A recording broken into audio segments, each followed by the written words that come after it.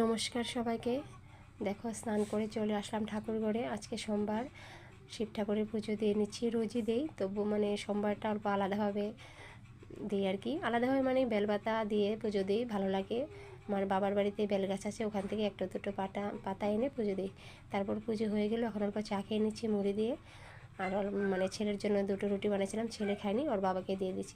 তারপর দেখো কোথায় চলে আসলাম, আমাদের এখানে আজকে পিএম আসছে, তো ওনাকে দেখার জন্য চলে আসলাম। দেখো কত লোক, আমার ছেলেও চলে এসেছে। আর দেখো কি রৌদ্র উঠেছে। আমি, আমার মা আর আমার মানে ছেলে এসেছি।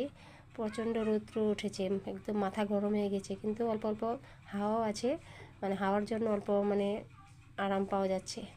তারপর মানে এক ঝলক দেখছি আর কি, দেখে তারপরে যে চলে যাবো আর কি। মানে ছেলে আর থাকতে পারছে না, এত রোদ্রে ওর মাথা একদম গরম হয়ে গেছে। ছাতিটাও আনিনি আর কি, ছাতা আনলে তবুও হতো। তারপরে দেখো চলে যাচ্ছি আর কি, অনেক মানুষই মানে অল্প দেখে তারপরে চলে যাচ্ছে। তারপর চলে আসার পরে অল্প চা খেয়ে নিয়েছি, চা খেয়ে অল্প মানে রেস্ট নিয়ে ফ্যানের নিচে বসে তারপরে যে এখন অল্প কিছু কাপড় ছিল ওগুলো আর কি গুছিয়ে রাখছি। তারপর আজকে আর দুপুরে কিছু রান্না করিনি, কারণ আর ভাল লাগছে না, মাথা ব্যথা করছে। তো মিষ্টি কুমড়ো সিদ্ধ আর আলু সিদ্ধ দিয়েছি। আর আমার মা মানে অল্প ডাল আর আলু ভেজে দিয়েছি, ওটা ওর বাবাকে দিয়ে দেবো। ওর বাবার ডাল হলে আর কিছু লাগে না, ডাল আর আলু ভেজে দিয়ে খেয়ে নেবো, আর আমরা মানে সিদ্ধ দিয়ে খেয়ে নেবো। তারপর কালকে স্কুল আছে, ওই জন্য অল্প আয়রন করে রাখছি ড্রেস, মানে সব রেডি করে রাখি, সকালে হতে স্কুল। তারপরে যে রাত্রের জন্য অল্প হালকা পাতলা করে পাঁপড়ের তরকারি বানিয়েছি। তো আজকের পর্যন্ত এটুকুই, বাই বাই।